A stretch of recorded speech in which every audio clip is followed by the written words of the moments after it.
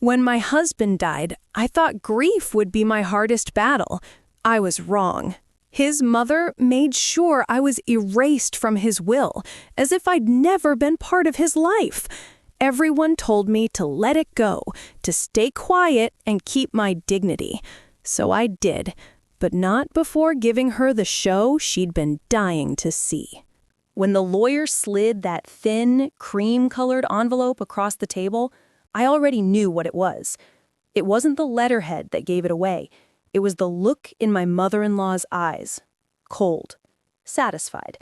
Like she had just watched a game she'd been playing for years finally end in her favor. I didn't even need to open it. I just stared at the paper, then at her. She sipped her tea, her pearls glinting in the afternoon light.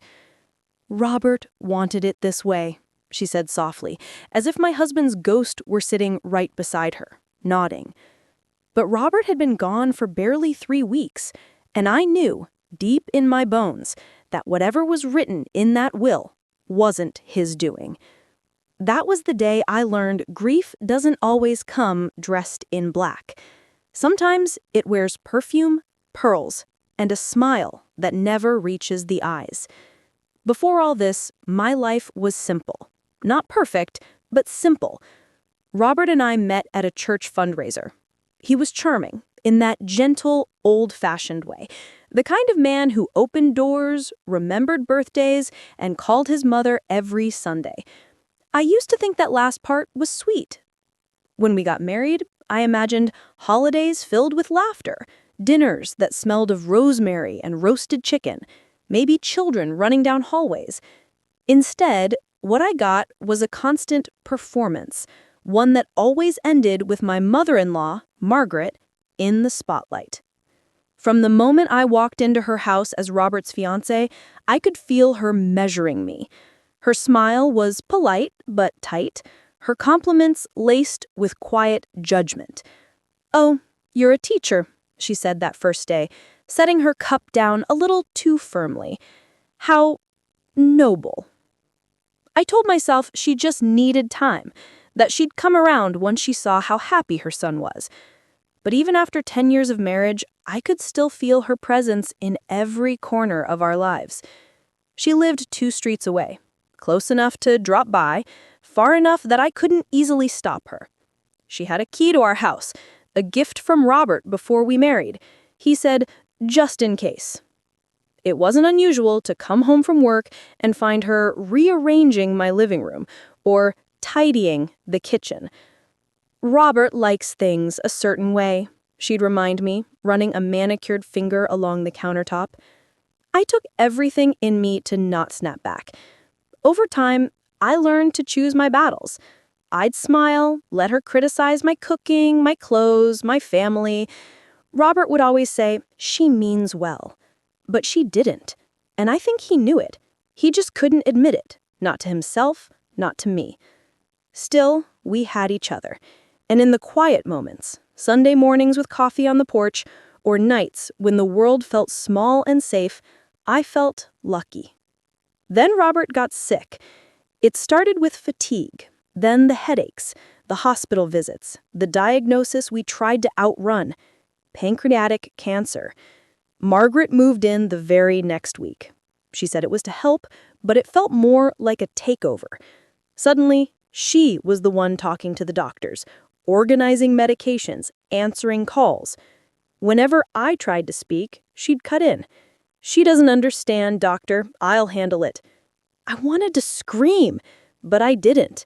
Because when you're watching the person you love fade, you don't have the energy to fight anyone else.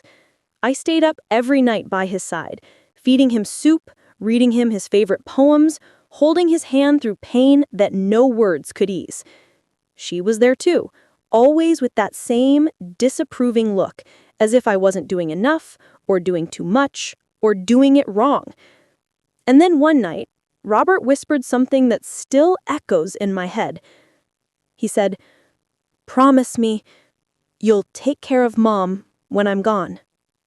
I hesitated, but I nodded, because that's what you do when the person you love asks you for something with their last breath. The funeral was small, Simple. Margaret insisted on handling the arrangements. I let her, partly out of exhaustion, partly out of guilt.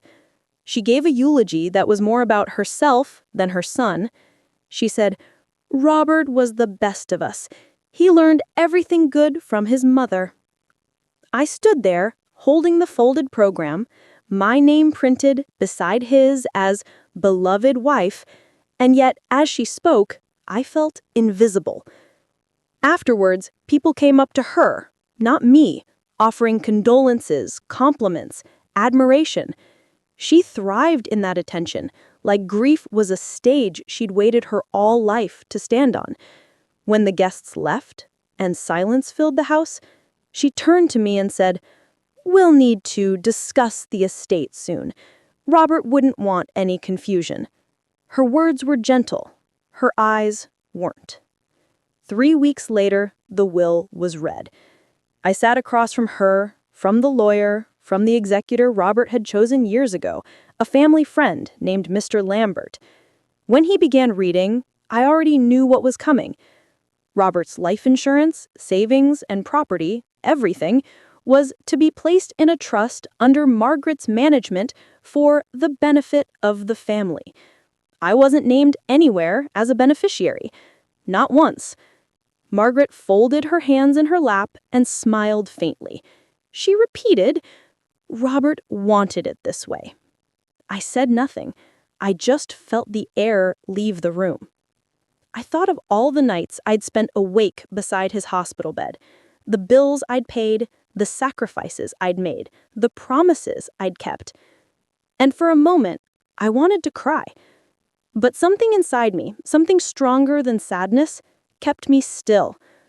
Because I realized then, she didn't just want me out of the will. She wanted me broken. And I wasn't about to give her that satisfaction. Not yet. That night, I went home to the house that no longer felt like mine. I made tea, sat at the kitchen table, and stared at the framed photo of Robert and I from our first anniversary. He looked so young there, his arm around me, his eyes full of warmth. I said, "I know this isn't you. You wouldn't have done this." The kettle clicked softly behind me. I let the tea go cold. Then, for the first time in weeks, I made a decision. Calm, deliberate, almost peaceful. If Margaret wanted a show, I'd give her one. But not the kind she expected. The next morning, I woke before dawn.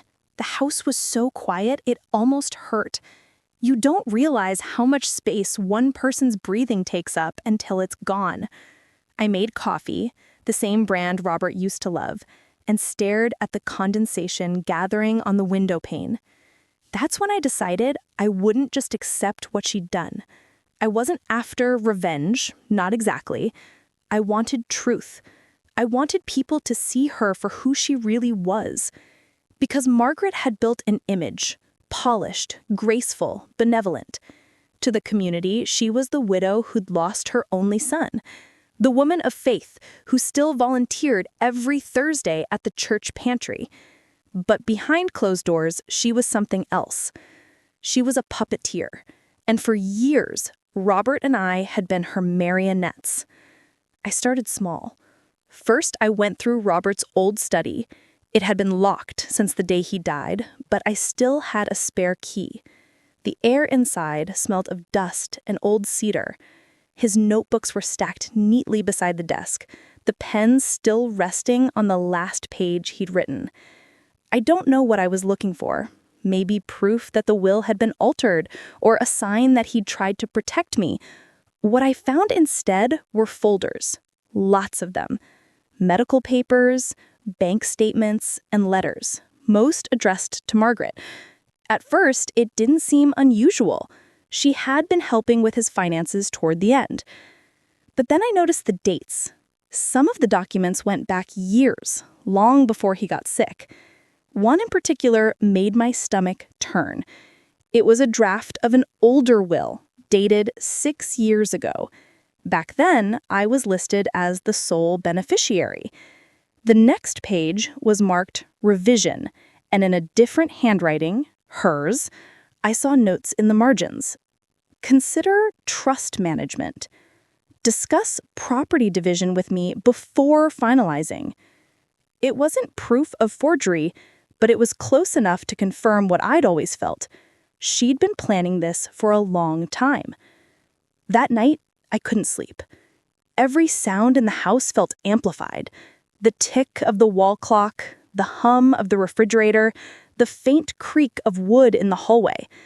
I lay awake, staring at the ceiling, remembering all the little moments when I'd ignored my instincts. Like the time Robert told me his mother wanted him to update his documents, and I laughed it off. Or when she'd insisted on accompanying him to the lawyer to make sure he wasn't overwhelmed. Even her visits during his illness made sense now. She wasn't just there to help. She was there to control the narrative. And I'd let her. The next morning, I packed a small bag and drove to see Mr. Lambert, the executor of the will. He was in his late 60s, with kind eyes and a voice that carried the patience of someone who'd seen too many family wars. When I walked into his office, he greeted me gently. "Mrs. Daniels, I was expecting you might come by." I sat down across from him, the folder from Robert's study in my hands. I need to understand.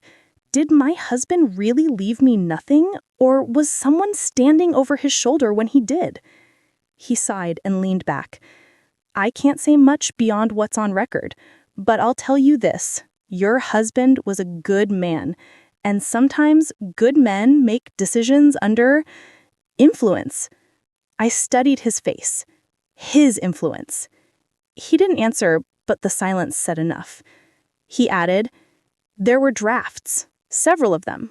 The one you saw today was the final version he signed, yes, but I remember him looking troubled.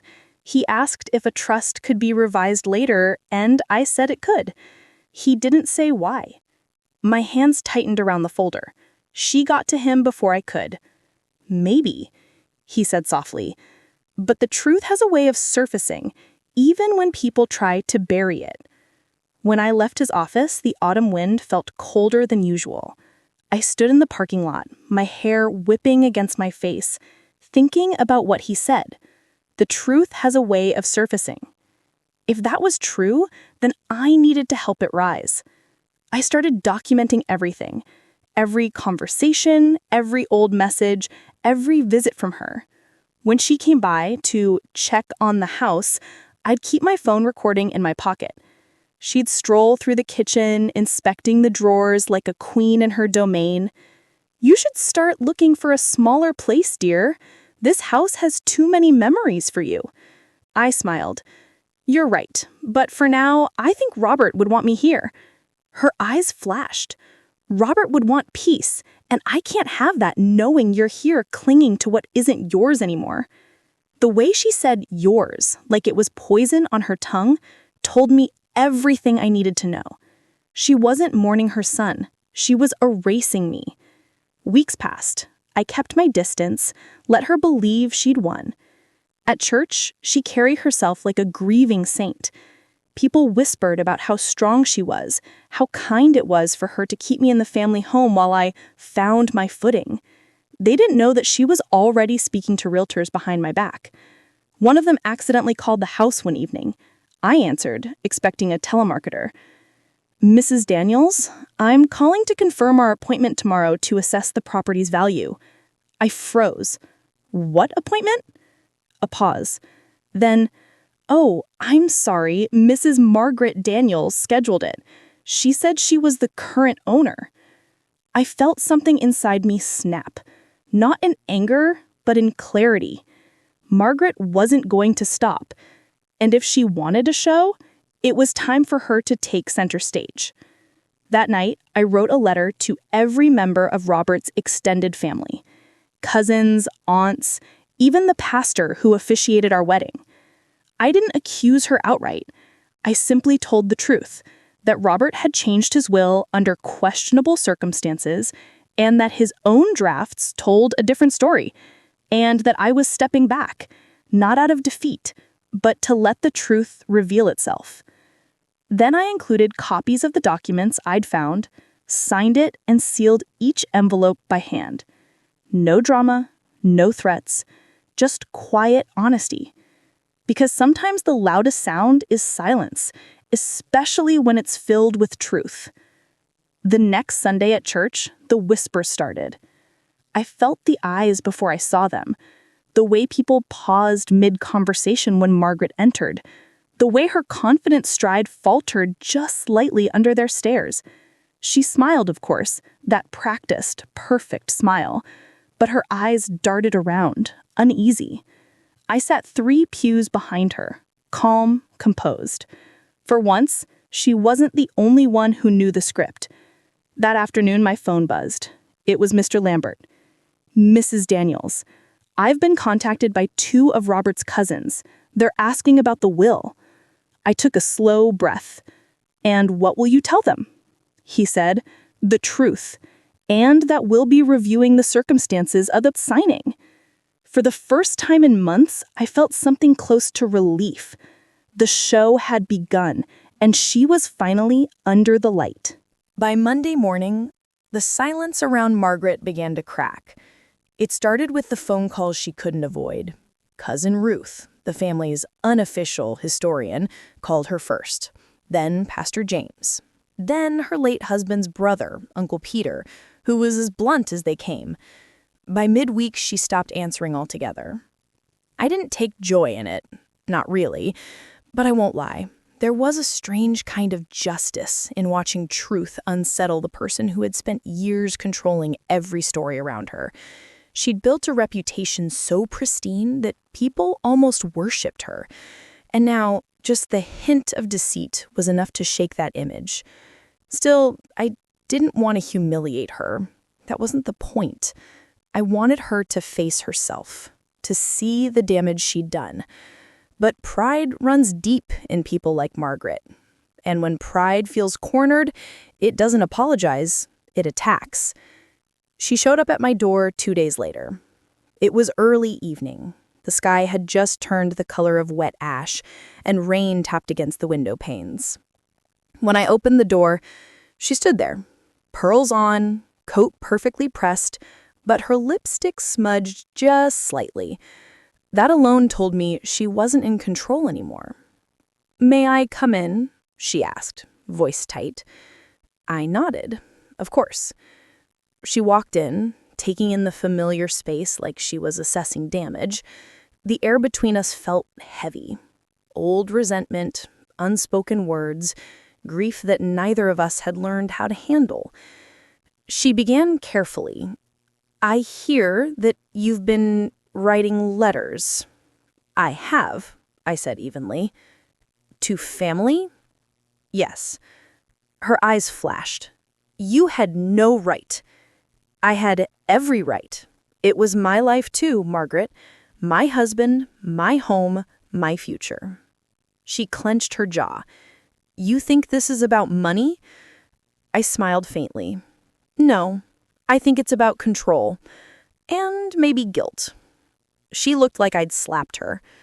For a long moment, neither of us spoke. Then, quietly, she said, "You don't understand what it's like to lose a son." Her voice trembled on that word, son. I softened just a little. "No, I don't. But you don't understand what it's like to lose a husband and have his mother treat you like an intruder at his funeral." She blinked rapidly. For the first time, I saw something crack behind her calm. Not anger, but exhaustion. She whispered, "I was only trying to protect him." "From me?" "From being taken advantage of. He was too generous, too trusting. You don't know how many people wanted something from him." I almost laughed. "You mean everyone but you?" Her lips tightened. "I only ever wanted what was best for him." I stepped closer, my voice soft but firm. "If that were true, Margaret, you would have wanted what he wanted, and he wanted me taken care of. You know that?" She said nothing. Her hands trembled slightly as she clasped them in front of her. After a moment, she looked around the living room, at the photos on the mantel, the worn couch, and the half-wilted flowers Robert had planted before he got sick. You've made this house smaller, she said quietly. Maybe, but it's peaceful now. Her eyes flicked back to mine. You think peace will keep you warm when the money runs out? I tilted my head. No, but integrity will. That was when I saw it, the flicker of fear. Because for people like Margaret, reputation was currency, and mine, for the first time, was worth more than hers. 2 days later, she called a, quote, family meeting. She said she wanted to clear the air. We met at her house, the grand ivy-covered home she'd lived in for 40 years. The same house where she'd watched me from her window every time I passed by, as if she owned the air around me. The family gathered in her living room, cousins, uncles, even her pastor. I sat quietly, hands folded in my lap, the folder from Robert's study resting beside me. Margaret stood before them like a performer stepping onto a familiar stage. She began, I know there have been misunderstandings. Grief can make people see things that aren't there. My daughter-in-law has been through so much. I only ever wanted to help her. Her tone was measured, her posture graceful. For a moment, I almost believed she'd pull it off, that she'd rewrite the story again and people would nod and forgive. But then Uncle Peter interrupted her. Margaret, he said firmly, you told everyone Robert wanted everything in a trust. But Mr. Lambert says there were other drafts, that he changed things at your suggestion. Is that true? Her eyes flicked to me, then back to him. Robert made his own decisions. Did he? Ruth asked, holding up one of the letters I'd sent. Because this handwriting looks suspiciously like yours. The room fell silent. Margaret's composure faltered. That's not proof of anything, she said sharply. No, I said quietly, but it's enough to ask questions.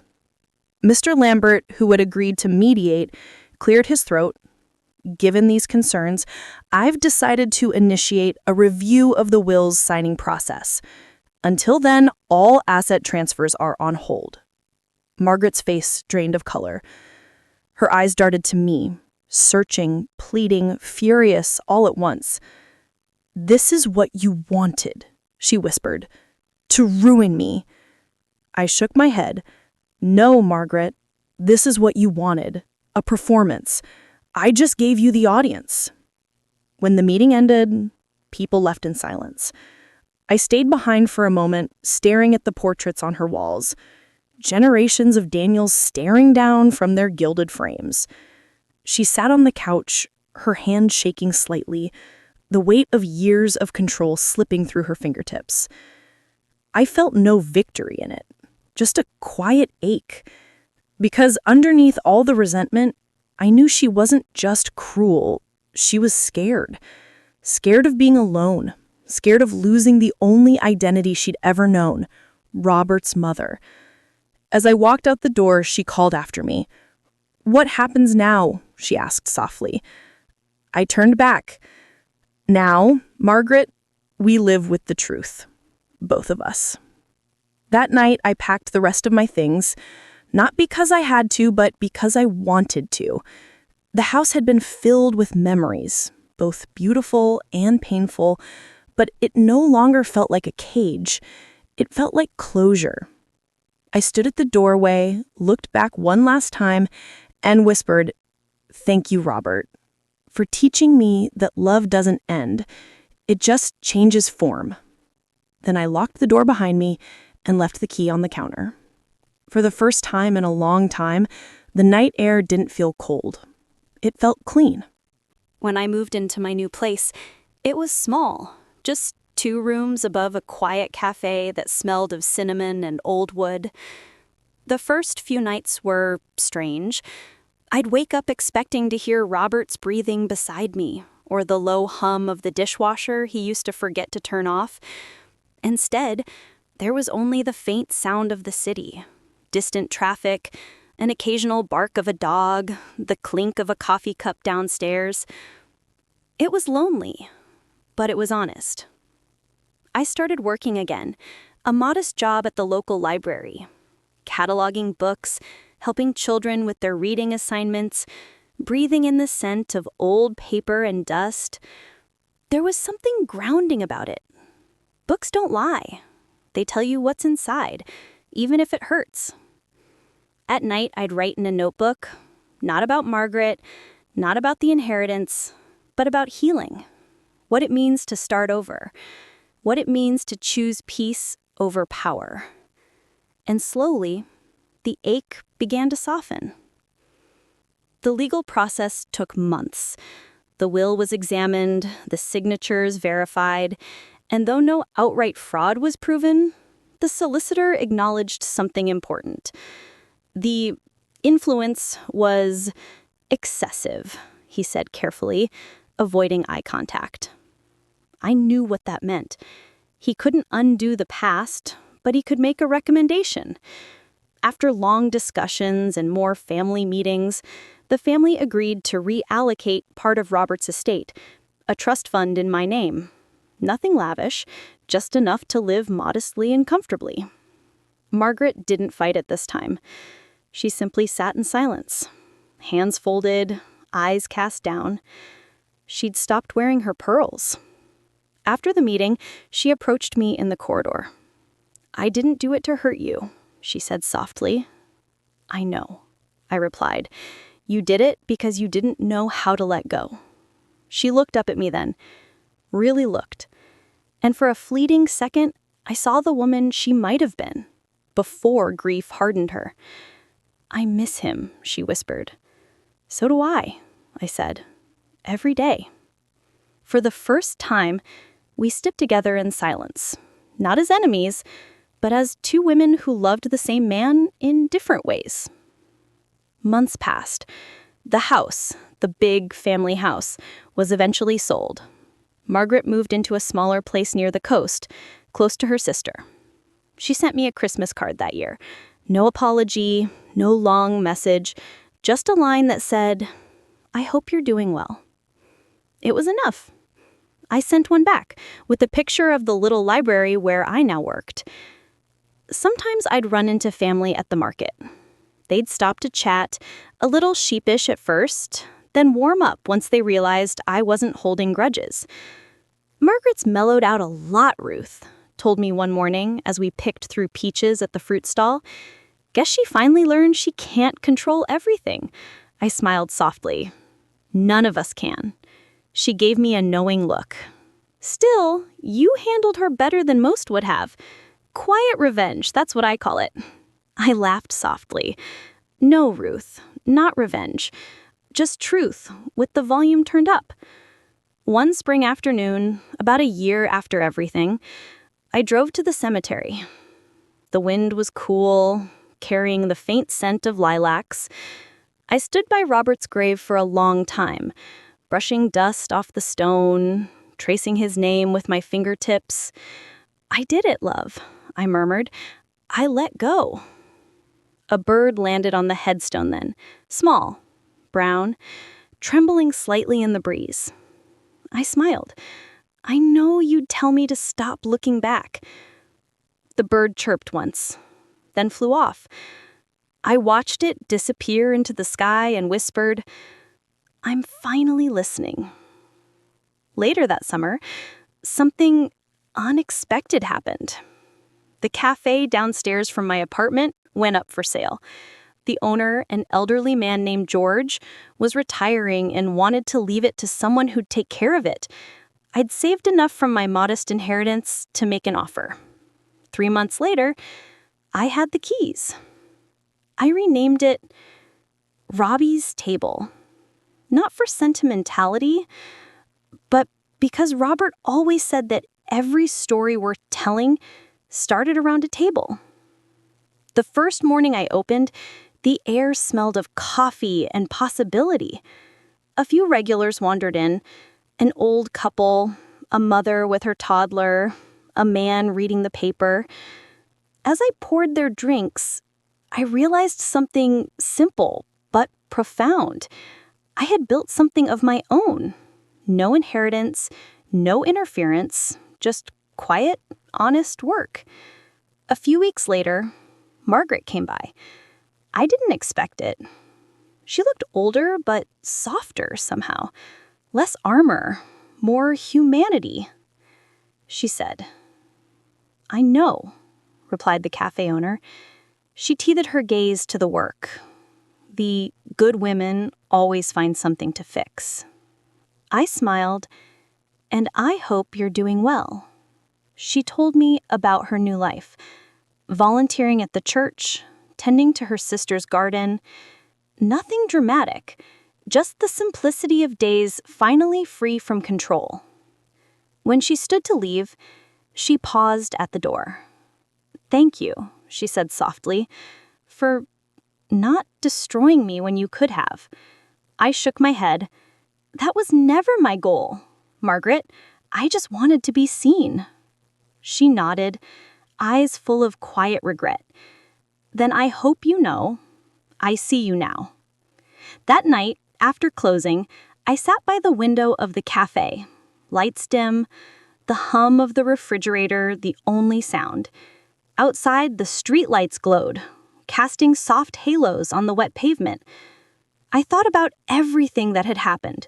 The lies, the betrayal, the slow unraveling of control. And I realized something: not every story about revenge needs fire and fury.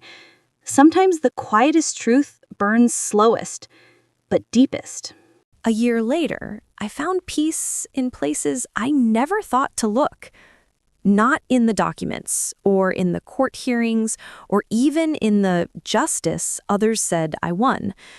Peace came in the quiet, in the smell of coffee beans at dawn, in the laughter of customers finding comfort in my little cafe, in the steady rhythm of days that belonged only to me. Sometimes I'd look at the framed picture of Robert behind the counter, that same one where he had flour on his face, pretending to bake, and I'd smile. Not out of sorrow, but gratitude. He had taught me how to love with both grace and fire, and somehow that love was still guiding me. One rainy afternoon, a woman came in. About my age, maybe a little younger. She sat by the window, eyes red, staring at her phone. I brought her a cup of tea and asked gently, "Rough day?" She sighed, nodding. "My mother-in-law, she's driving me insane. She thinks my marriage is her second chance at life." I chuckled softly. "That sounds familiar." She looked up surprised. "Really? You too?" "Oh yes," I said, pouring milk into her cup. "Mine tried to erase me from my husband's will." Her eyes widened. "What did you do?" "I gave her the show she wanted," I said, smiling faintly. "But I wrote the ending myself." She laughed through her tears, then asked, "Did you forgive her?" I thought for a moment. Eventually. Not because she deserved it, but because I did. That's when I realized my story wasn't just mine anymore. It was every woman's story who had ever been silenced, dismissed, or told she didn't belong in her own home. And maybe that was the real inheritance I carried forward. Not money or property, but wisdom. In time, the cafe became a quiet haven for stories like that. People would come in, sit with their pain, their laughter, their heartbreak, and leave lighter somehow. I'd listen, pour another cup, and share just enough of my own story to remind them, you can lose everything and still come out whole. One evening, a young man came in with his little daughter. He looked nervous, clutching her tiny hand.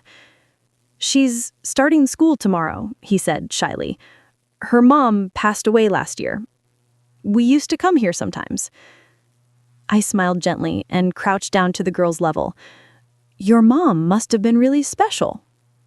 She was, the man said quietly.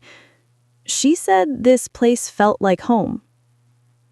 I swallowed hard, heart swelling. Then she'll always be welcome here. When they left, I locked the door and turned off the lights.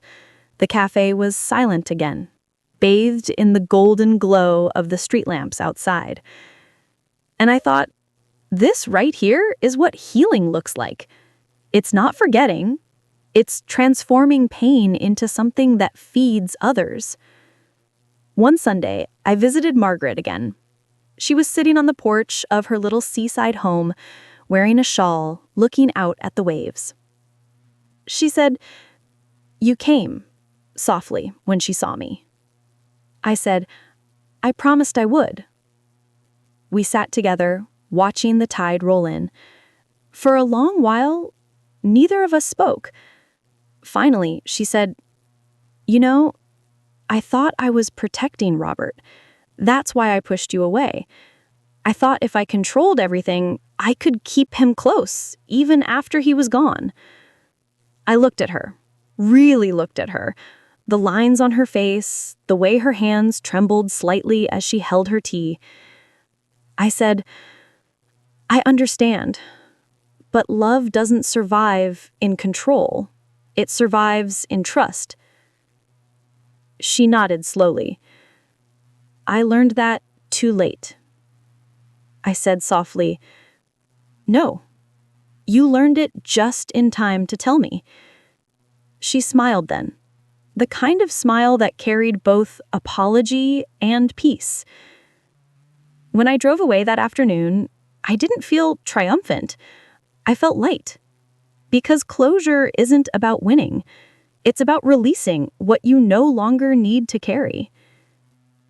That night, back at Robbie's table, I lit a candle near his photo.